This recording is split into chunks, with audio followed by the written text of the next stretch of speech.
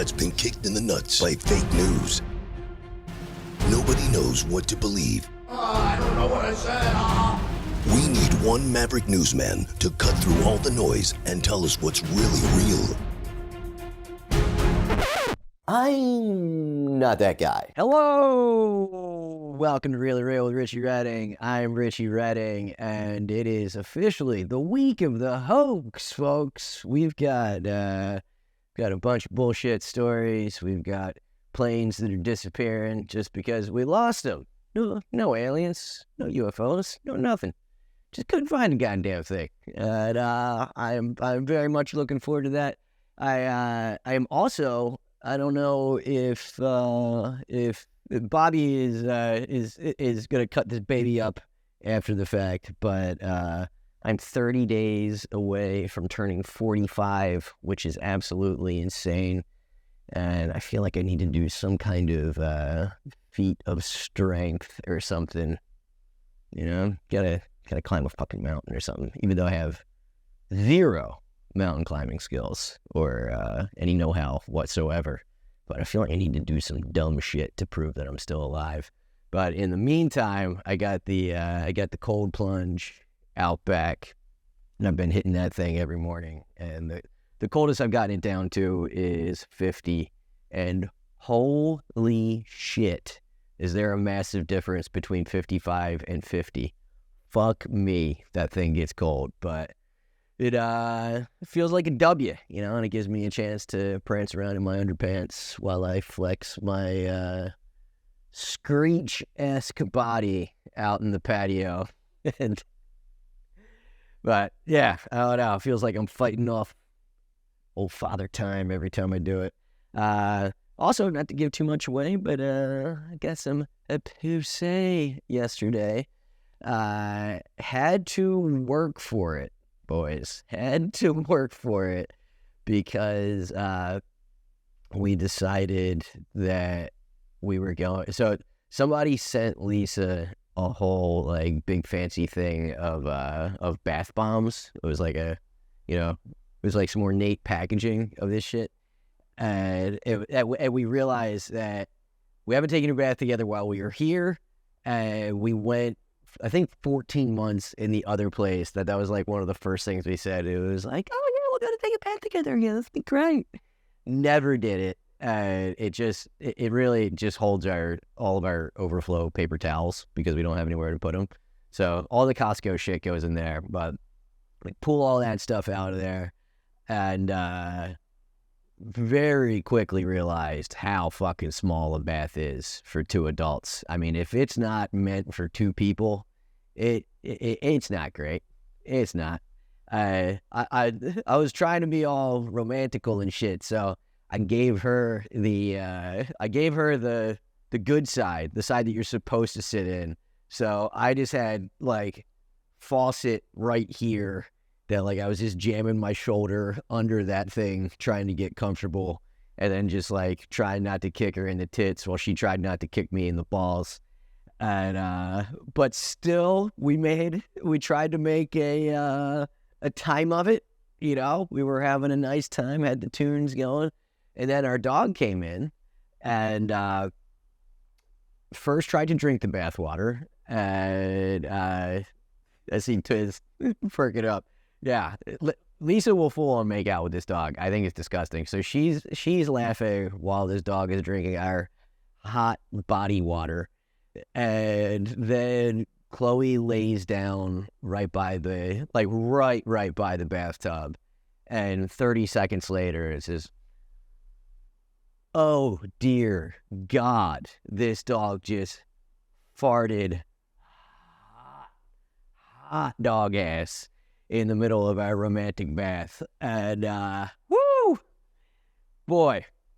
So it was bergamot, lavender, and dog shit in the air. But I also do have Ninja Focus erection maintained. But yeah, I think, dude, once you're actually somebody that's had sex before, what are we doing? What are we doing with the baths? The only thing worse than the bath is that, well, no, it's not worse than the bath, but the shower drives me fucking crazy because you're just taking turns being wet and cold. Like one of you's wet, one of you is cold. It never looks good, right? Girl in the shower, especially after a date, she gets under there. She gets that. Looks like she's just been with Russell Brand, if you know what I mean. It's not good. It's like, who's this fucking sexy wet raccoon that wants this D? But, yeah. All right. Thought that was worth reporting on. I feel like the thing that got the most attention this week was the Lauren Boebert thing. And, I mean, look, we've all seen it at this point. We don't need to play the video. But am I the only one that thinks that they were clearly on Molly?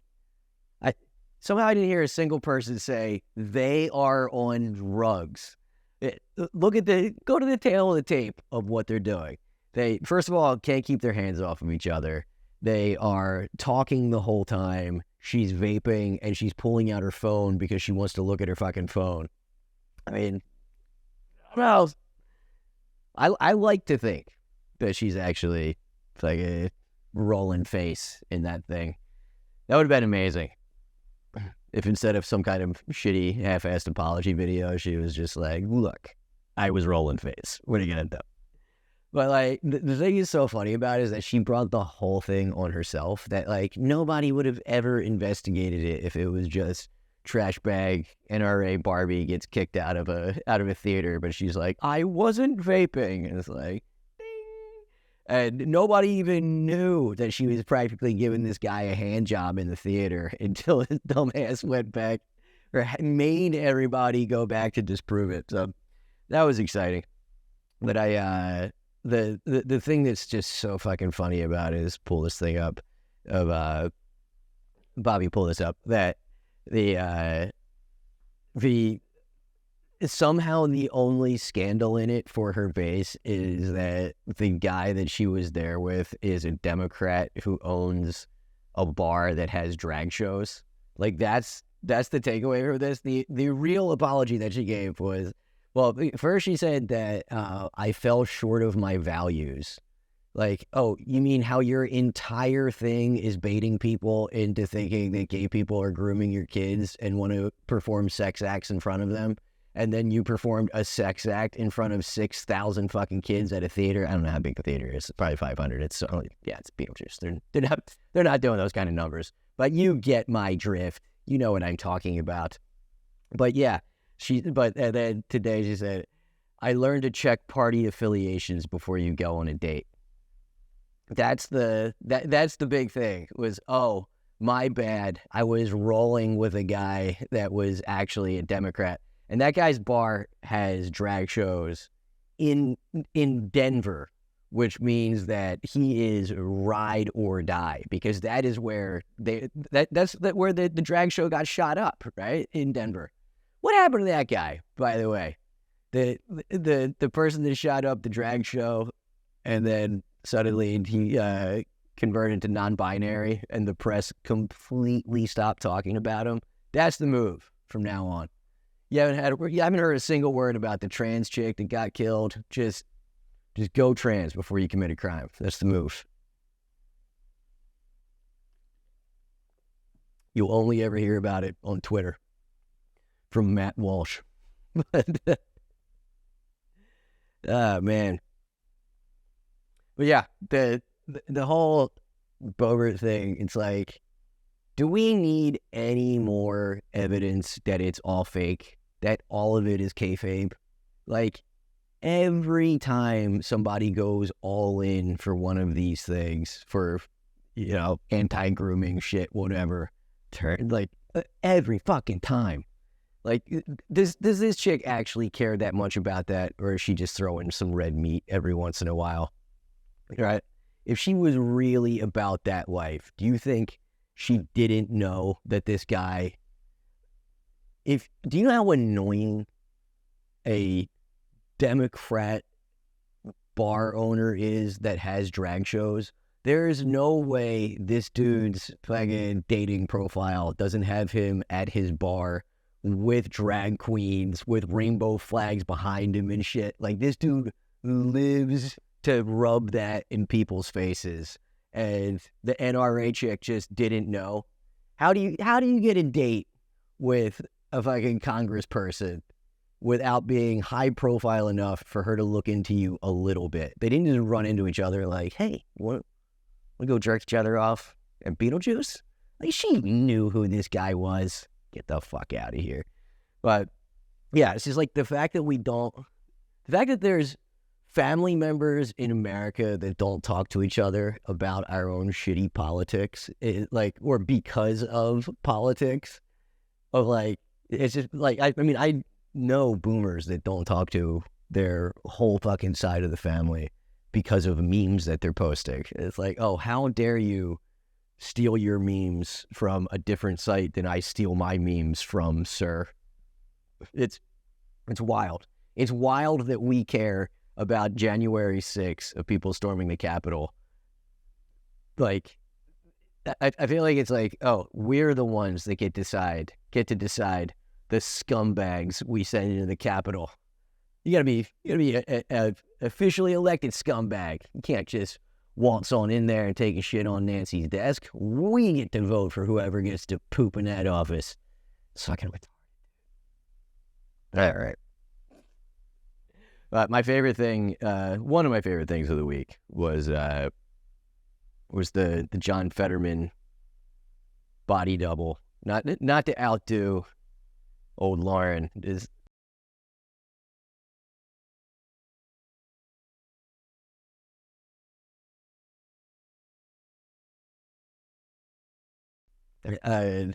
the 6 pictures across. The one bottom left does look weird, but the only thing that you're really getting out of any of these is that John Fetterman is ugly as fuck from every single angle. There is no angle that you can look at this man from where look at that Cro-Magnon forehead. How do you lose sight of that? I think the bottom left one was they just altered his face a little bit. Like, there's no doubt whatsoever that freaking Klingon head or whatever alien fucking eyebrow that is 100% that dude.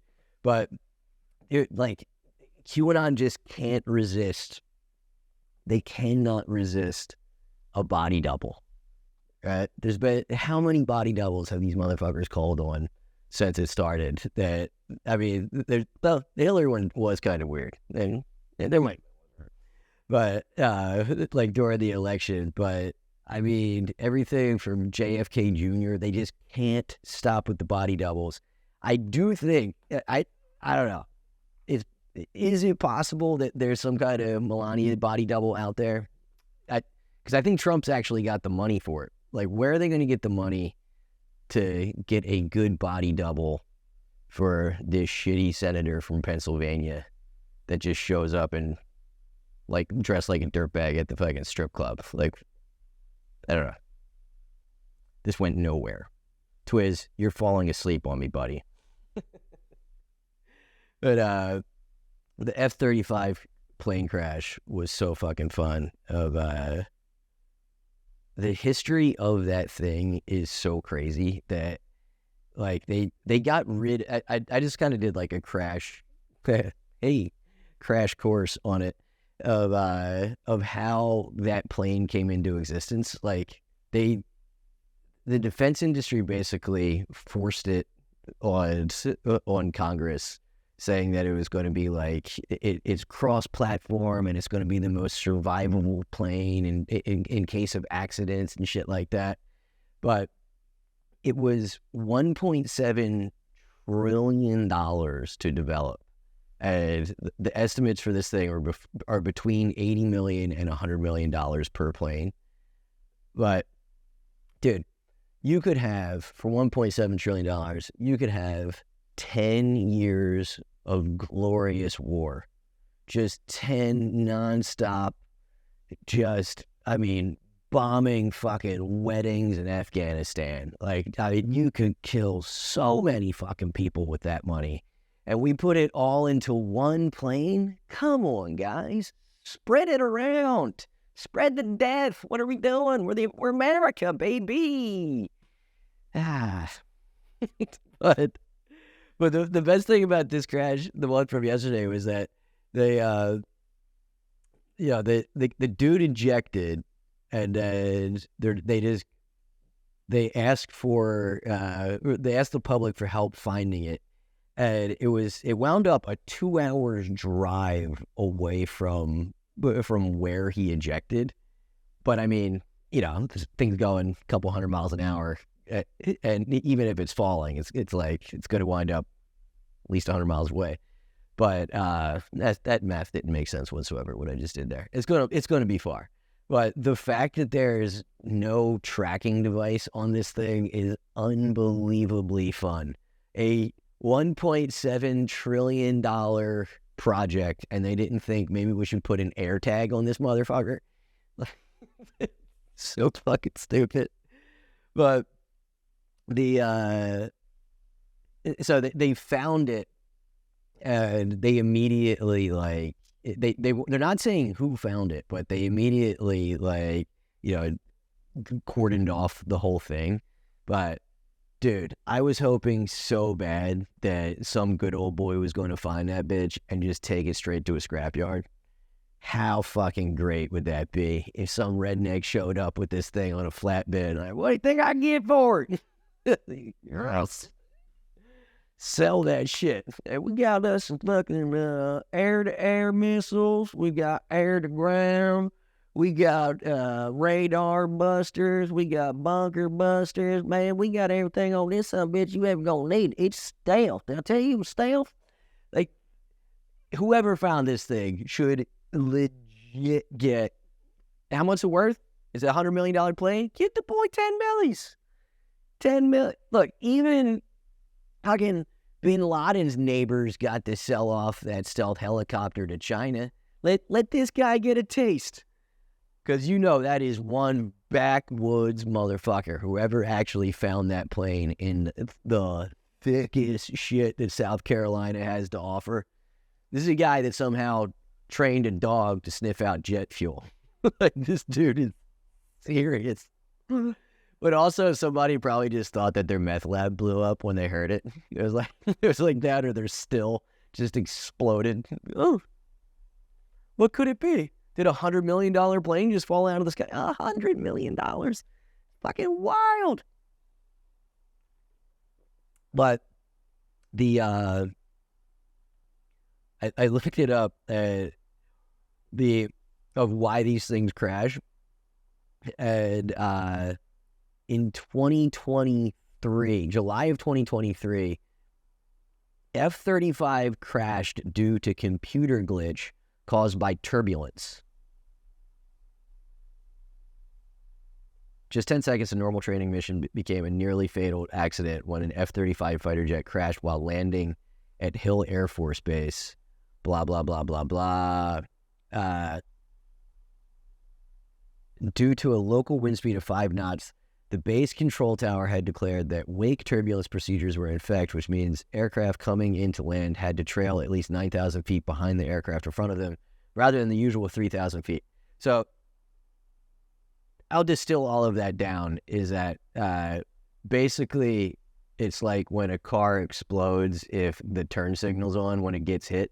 Like, it sounds as dumb as that. The landing the landing gear was down, so we have to be 6,000 feet further behind, or it's going to explode in the sky for $100 million. There was nothing wrong. There's nothing wrong with the fucking Top Gun plane.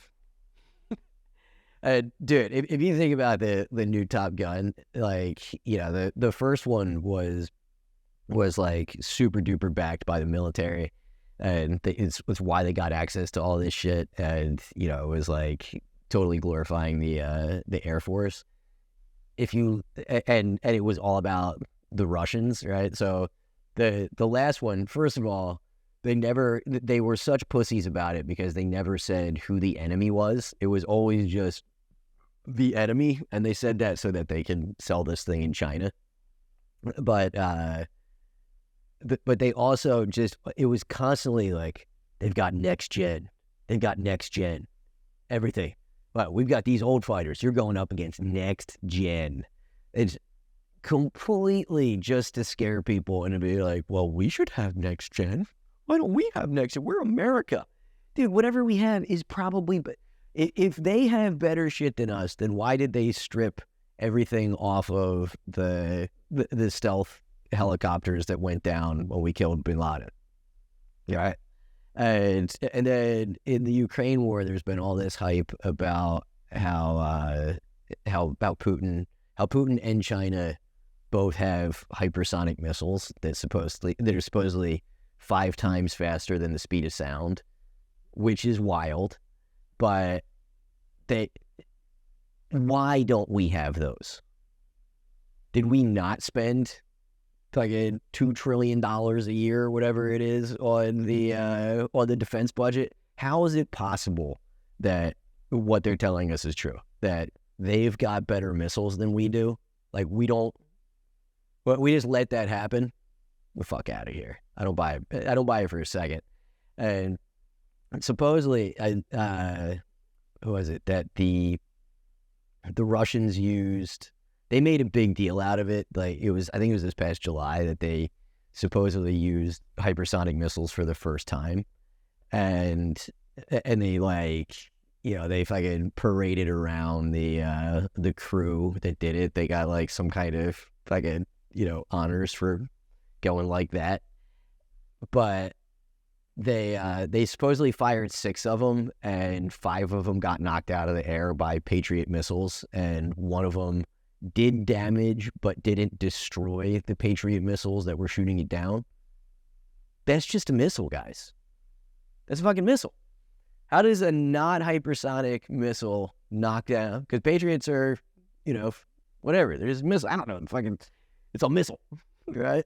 How does something that's going 5 times faster than the speed of light, or speed of light, the speed of sound, how does that get knocked down by a normal missile unless it's not real and it's just a fucking psyop so that we pour more money into defense spending?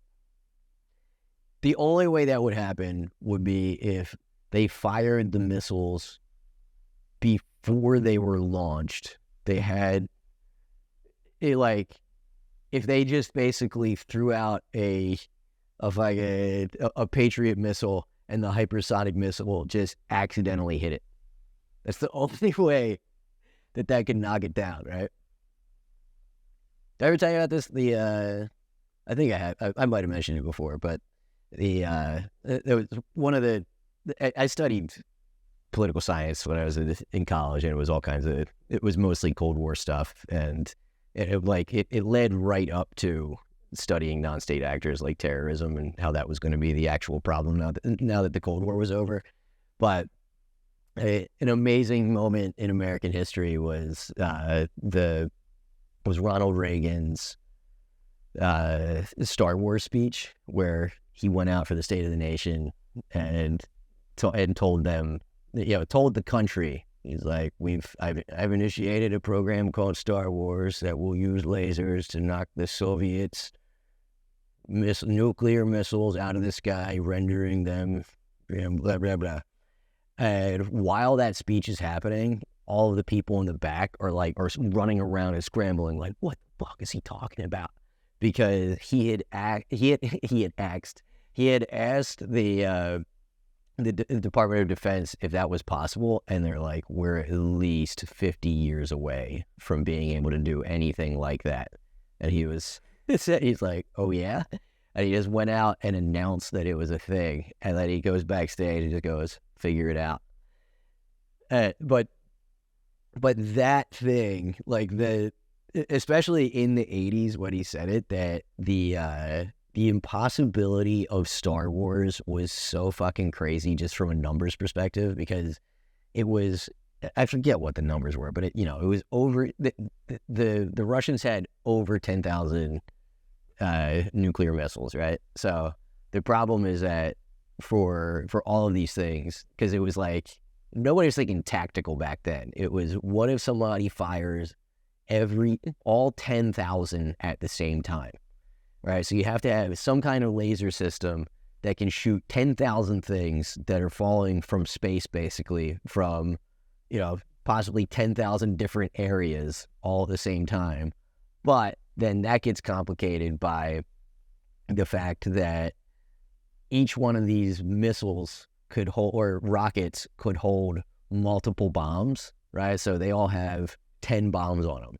So now you're at 100,000 things, and then half of those could actually be filled with confetti, and they can burn hotter than the ones that have real bombs to make the heat signature attract that. So like it very quickly, the math of it gets up to, it's like, well, you got to shoot 1 million things down in 3 seconds. and you can also never practice, right? How do you practice shooting nuclear missiles down? or just rockets falling out of space? Where's the target range for that, right? You just get, it's basically Montana, and we know already that we can't shoot down a fucking weather balloon. But, okay, so why am I talking about all this? Because this is what I actually wanted to talk about, was the plane going missing reminded me of absolute maverick John McCain. I feel like everybody knows that he got shot down and spent 5 years as a POW in Vietnam, but I don't think this guy literally ever flew a plane without crashing it. Like he was like Top Gun type shit, supposedly he was like a hot shot pilot. But let's go over, shall we, some of his other crashes. 4 of them. He crashed 4 planes. So get out of there, you lousy. One of these days, I'm gonna figure out how to just turn off my ad blocker altogether. It's not this day, folks. It is not this day. Get out of there. Yeah, in his early days, McCain was known for his aggressive hot dogging as a pilot, not unlike Tom Cruise's Maverick in Top Gun. On March 12, 1960, the 23-year-old lieutenant was playing it fast and loose during a training mission in his AD-6 Sky Raider. He was practicing a landing when he crashed into Corpus Christi Bay, shearing the skin off the plane. Where Bobby, you might have to cut this out, buddy. What happened to my article? Here we go. In his autobiography, McClane claims, the engine quit while I was practicing landings, but a Navy investigation board saw it differently, stating that he used a power setting too low to maintain level flight in a turn. So he just crashed it. He said in his autobiography, he says, I took a few painkillers and hit the sack to rest my aching back for a few hours. I was out carousing, injured back and all later that evening. He crashed a plane into the bay, took some Percocets, took a nap, and went out boozing. Hero. And then here's another one. Just more than a year later, in December 1961, McCain was in a Sky Raider once again, this time during a training mission over southern Spain when he flew into electrical wires, causing a local blackout. It was reported that he returned to the carrier USS Intrepid. 10 feet of power line trailed from his plane, along with a severed oil line, but he managed to land safely. Still, one can imagine the disaster that might have occurred if the collision played out slightly differently. Some still talk about the day as the time McCain turned the lights out on Spain. Not, yeah, just the time that he fucking buzzed power lines. This is not a responsible human being. Like, you don't hit power lines without flying too low and just fucking around. Like, I goofed it. This is the best one by far. The Christmas crash in the Chesapeake. On November 28th, 1965, McLean was flying back to his family in Meridian, Mississippi from the Army-Navy game in Philadelphia with Christmas presents for the family stashed on the plane. Over Chesapeake Bay, his engine failed and he was forced to bail out. Biographer Robert Timberg described the scene. "I've got a flame out," he radioed. He went through the standard relight procedures 3 times. At 1,000 feet, he ejected, landing on the deserted beach moments before the plane slammed into a clump of trees. The Navy classified it as a routine ejection. After a naval investigation, it was determined that the plane had failed due to an undetermined component of the engine. McCain had escaped death's clutches once more, even though his Christmas presents had burned up in the crash. There's no way that motherfucker was not drunk. It was after the Army-Navy game. You're telling me he didn't have a couple pops? It's just the most insane fucking waspy thing in the world. Is like, oh, I'm just going to... First of all, how did he fly a Navy plane to go back to see his family? Like, aren't those things...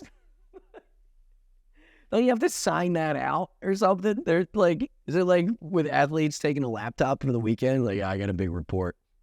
Yeah, I got to get smashed and fly home to see my family for Christmas.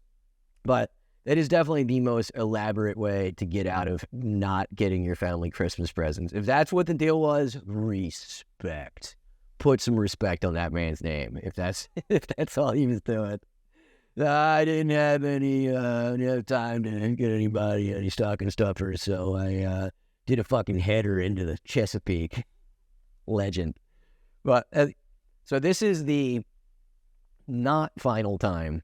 It is a tragic day, but it's the Forrestal disaster, known as one of the most tragic days in modern Navy history, and McCain was at the heart of it. On July 29th, 1967, he was flying bombing missions over northern Vietnam from the aircraft carrier USS Forrestal. He was sitting in his A-4 Skyhawk, loaded with 2 1,000-pound bombs, waiting for his turn to launch, when a Zuni missile was accidentally fired from another aircraft and struck either McCain's plane or the one next to him. Evidence to this day is still unclear. As McCain himself described it in a 1967 statement, "I heard a loud explosion and immediately fire all around the plane. Smoke and flame were around the cockpit, so I unstrapped and unplugged my oxygen hose, keeping my visor down." So, without going into the rest of that, some jackass, without taking off, just fired a missile. I feel like, wasn't that basically, that was, whatchamacallit? Why can't I think of the fucking movie? Iron Eagle, right? Like, can this thing fire from the ground? I don't know. When the tank is coming, yeah, turns out you can.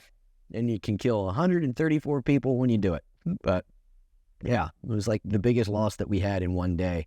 And it was because some jackass got an itchy thumb. But, this episode is all over the fucking place.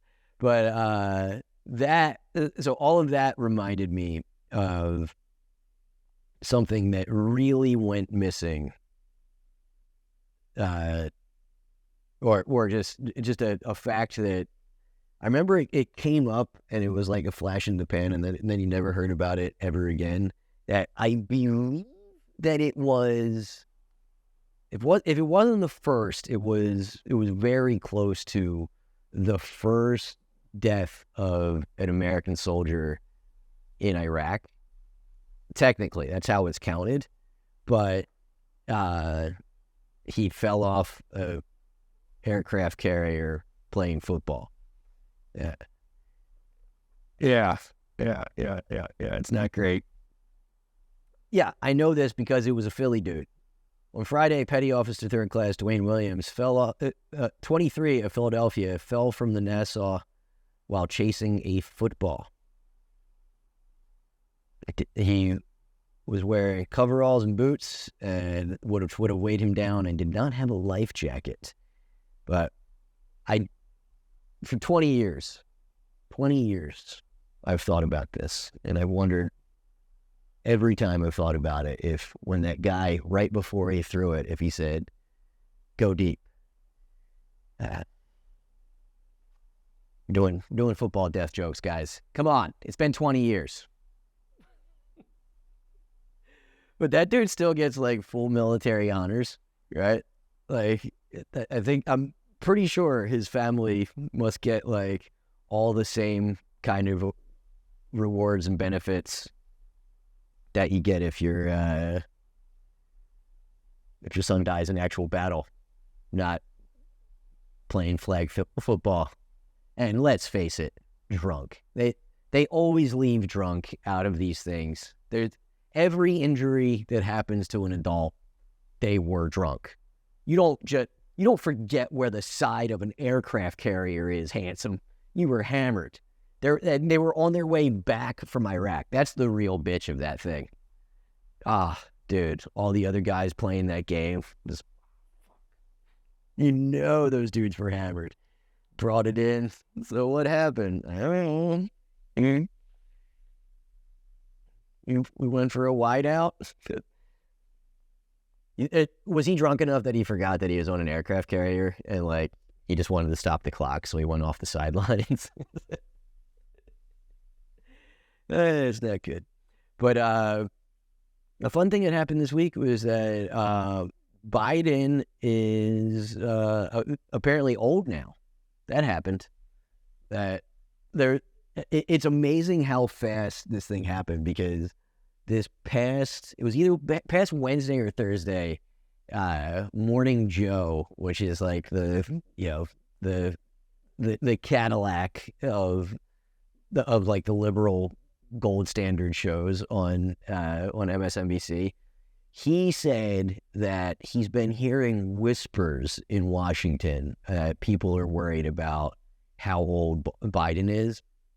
And it went from that to today, which is 4 days when we're doing this, to that the headline on Drudge today is Dems worried about Biden's age. Will he drop out? Right? It took 4 days to get to that point where that's actually a legitimate headline. It's so wild to see what they've done to themselves. Like, nobody has ever boxed themselves in with unforced errors more than this. First of all, they sandbag Bernie, who's older than, they're just as old as Joe is, but they sandbag Bernie to make him lose because the DNC or the DCCC, whatever it is, whoever's actually running the Democratic Party, would rather lose than have somebody that would actually make changes and clean house and actually get rid of all these fucking consultants and all of these fucking, people, the revolving door of lobbyists. And they made the deal with this dude Clyburn in South Carolina that they were going to get a woman of color. And I feel like they almost double-crossed him because he said woman of color and what he meant was a black chick, and then instead they gave him Kamala. And nobody rides for Kamala. Absolutely fucking nobody. And it's just the greatest shitbag liberal solution of like, yeah, I know a woman of color. You're going to love her. You're black. Don't you like her? Like, no, fuck her. We don't like her. She's weird as shit. She's just fucking weird. So now they are stuck with her. And it's so funny that they've handcuffed themselves to her. I'm just trying to think of what the funniest possible, because like that's really what has happened in the last two elections. If you just zoomed out and it was like, what's the funniest thing that could happen in 2016 would be Hillary just getting demolished by a guy that she thought didn't have a fucking chance because it was her turn to be president and everybody told her she was allowed to be president now. That's the funniest thing that could happen. Trump getting in and just causing chaos. Way funnier. But then in 2020, you had a dead body running against an incumbent president. That's pretty funny. That is pretty funny to have a guy that didn't run win. Like, I mean, it's just... So, what could happen? The two funniest things that could shake out would be for Biden. If Biden wins, if somehow Biden wins and people, forget about the fact that he has glaring cognitive, that's terrible. I couldn't come up with whatever comes after cognitive. Did I just get dementia and try to describe the word dementia? But he's got clear cognitive decline. But what if he wins and then dies? Right? It wins, or he wins. No, it's funnier if he dies. But if he wins and just fucking, it just says, it just quits. And then you wind up with Kamala as president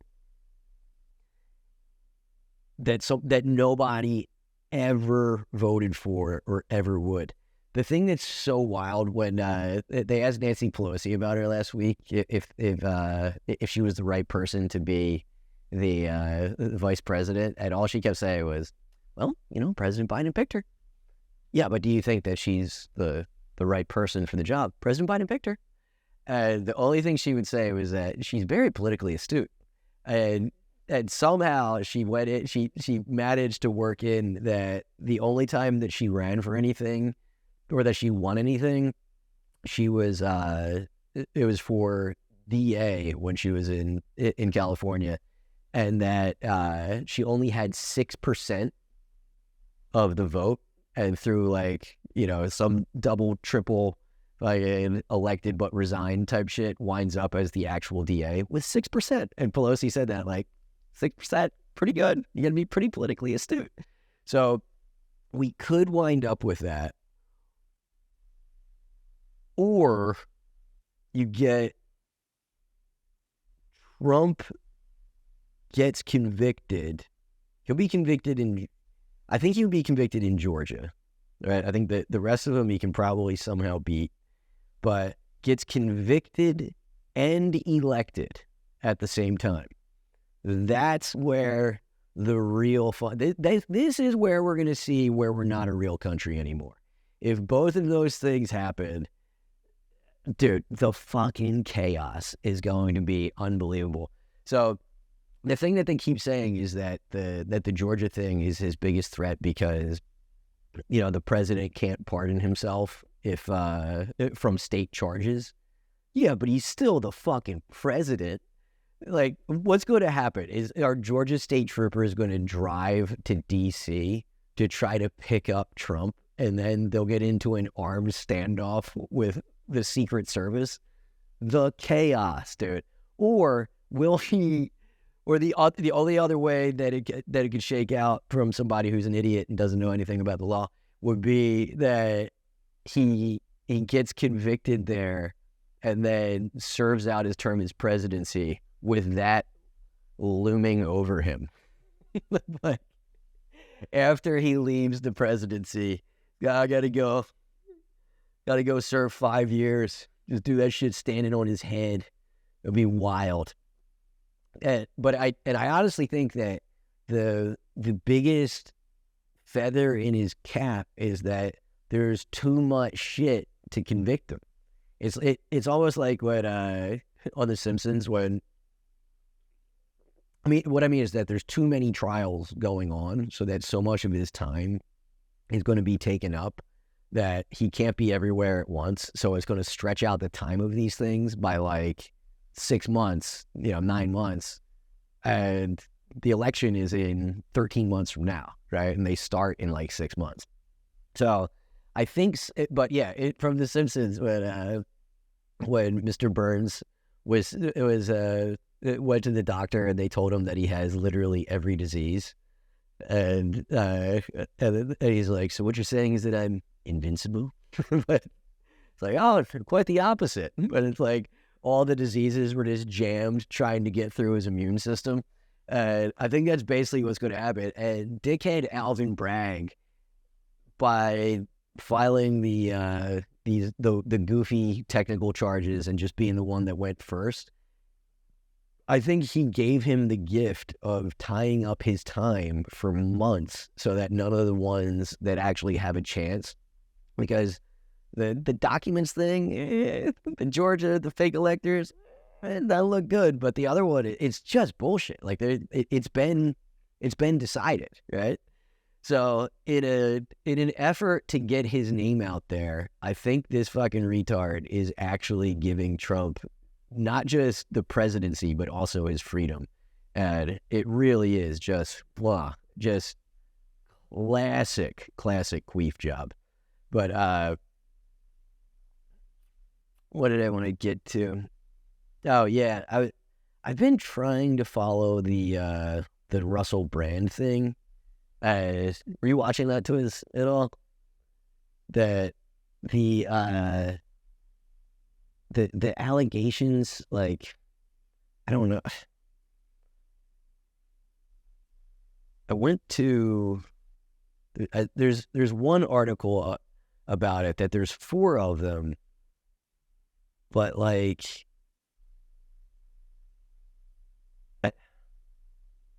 where's the thing? Yeah, there's 4 of them, and one of them is an actual rape allegation. The rest of them are all just like that. It's all like he put his hand down my pants or something like that. But then you actually read that thing, and it was like, he put his hand down my pants because I was staying over his house and we had been dating for months, but we had ended it, and I screamed, and then he stopped. And it's like, they're all fucking weird in terms of like actually being able to stick, and the fact that they're 10 years old. I don't know. The conspiracy theorist in me does have to think that it's very weird that these things did somehow not come up during the entire Me Too thing, which doesn't like let you off the hook, but also that he did just recently start going after all these things about COVID and about the big pharma and taking on politicians and shit like that. So it's like, it's this inside out thing of like, is he on Rumble, and did he take what just happened? Yeah, is he on Rumble now instead of YouTube? And did he take a right turn and start getting into conspiracy theories and shit to cultivate that audience because he knew this shit was coming out? Or did this shit come out because he started? I don't know. I don't fucking know. It's a tough one. What I do know is that it would really suck to get raped by Russell Brand. I mean, I can't think of anything more patronizing than being sexually assaulted by a guy that's going to start like telling me about his yoga and his fucking his philosophies. There's nothing worse than eloquent dandy of a sexual assaultist. But the one that sounded the most like bullshit was this one. There was a girl, I fled, and yeah, so I fled Brand. Russell Brand stalked me down the street demanding sex after I met him in a bar. I felt like I was being hunted, model claims. I'll save you the whole thing. Basically, he met this chick at a bar, said, let's get the fuck out of here. She said no, left by herself, and then like 5 minutes later, he's walking down the street behind her. He's like, why won't you just fuck me? And she said she felt very intimidated and ran, and he didn't chase after her and didn't assault her. And that is somehow news. He's just a horny sex pest. Like that's just a guy that's trying to annoy you into fucking him, which sucks. But like, is that a rapist? I don't know. But the fun allegation that somehow went under the radar is that the Sound of Freedom guy, the agent behind the movie The Sound of Freedom, he's been dropped. Tim Ballard has departed from Operation Underground Railroad, followed by sexual misconduct allegations, because the girls that he's saving are accusing him of grabbing their boobs while he's saving them, and then, which is phenomenal. But also that he he went rogue, and the movie like totally celebrates the fact that he went rogue and off the grid and took matters into his own hands and kept he got in touch with the dark web and wanted to save younger and younger kids from this sexual slavery. So he kept asking the guys that were his contacts to get him younger kids. He was like, yeah, they got to be younger. I want them like 3 or 4. So instead of saving 3 or 4-year-olds, what was probably happening was that he was telling these traffickers, go out and get me a 3 or 4-year-old and I'll buy them off you. So, but by way of trying to rescue these kids, he was the demand. He's the reason they got kidnapped. It's unfucking believable, dude. And I know I talked about this before on the show, but like that organization, they save kids from bad situations and then send them to America, which they don't consent to, nor do their parents, nor does anybody, but they do it under the guise of adoption. So it's like there's and you can't buy a baby, but it does cost at least $75,000, right? Like, you make one hell of a donation to our Underground Railroad, whatever the fuck that is, Operation Underground Railroad. But all right, I wanted to get into the aliens hoax. I don't have time, but what I do have time for is. This was hilarious. Bobby, pull up the thing from Amiri King. That yet another phenomenal conspiracy theory this week was that the dude Oliver Anthony is an industry plant. So the message: Christopher Lunsford, a.k.a. Oliver Anthony, is the nephew of Atlanta-based entertainment lawyer and artist manager that has previously worked with high-profile hip-hop and country acts such as Outkast and Dolly Parton. In fact, and they give the name, in fact, that is the same lawyer that filed for trademark protection on behalf of Christopher Anthony Lunsford, a.k.a. Oliver Anthony, for the song Richmond, North of Richmond. This proves that Anthony is not simply a guy that got lucky going viral and a former member of the working poor, but rather an industry plant with high-profile established connections in the music and entertainment business, which led to his success. Anthony's uncle has also done IP work for Joe Rogan, hence the connection. This isn't just some hillbilly, but a well-connected musician with an established team behind the scenes, and these frontmen managers, i.e. full-time plumbers acting as his booking agent, are just puppets. It's some real WWE type shit these guys are doing. Please report on this ASAP. This misrepresentation of himself and using his bullshit backstory of unassisted viral sensation to sell overpriced tickets, be it $40 or $200 for a long acoustic set, to actual working poor folks must end. He needs to come clean. Be the truth and report this.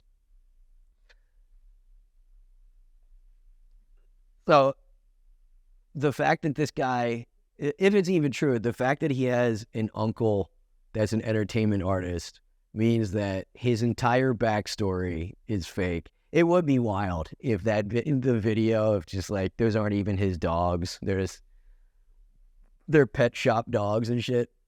But he responded to it, and this thing got like millions of fucking hits. And this guy, Amiri King, is a complete internet fabrication that, like, he claims to be a comedian, but all he does is repost Matt Walsh shit and other stuff like this, you know, just always accusing somebody of being fake.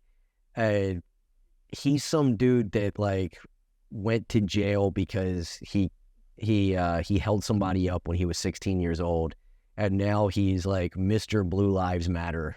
He's like the ultimate fucking class traitor. And this accusation is so absurd because it makes it that. So he responded to it. Oliver Anthony responded to it, and I love this dude's music. He's good, but this whole thing is because the real sticking point here is the $400 to $200 for an hour-long acoustic set, and it's because he had a concert and the venue jacked up the prices because this guy got so famous, up to $200. So this poor fuck had to cancel it because he's now stuck in this position where he has to be poor for the rest of his life. Like that's the deal. If you get famous because you were poor, well, then you just have to be poor forever. But he did, to his credit, this dude, he canceled the show and he said he never wants people to pay more than $25 or $40 to come and see him. And, you know, good on him. But I'm telling you right now, folks, if I blow up, I'm going to be the Taylor Swift of white boy comedy. All right? Fuck it. Scalp them shits. I want to bring Twiz over from Nigeria just to scalp these fucking tickets. We're gonna put a little fez on him. God damn it. That's how you know it's time to end the episode. This has been fun. This has been God damn it. This is if you're just listening. My light keeps going off. I am going to end this thing. It's been a beautiful disaster. Thank you so much for hanging out. Hit subscribe, hit like, comment, do all that shit. Thank you so much. I'm Richie Redding, and that's really real. See ya. In a world that's been kicked in the nuts by fake news, nobody knows what to believe. I don't know what I said.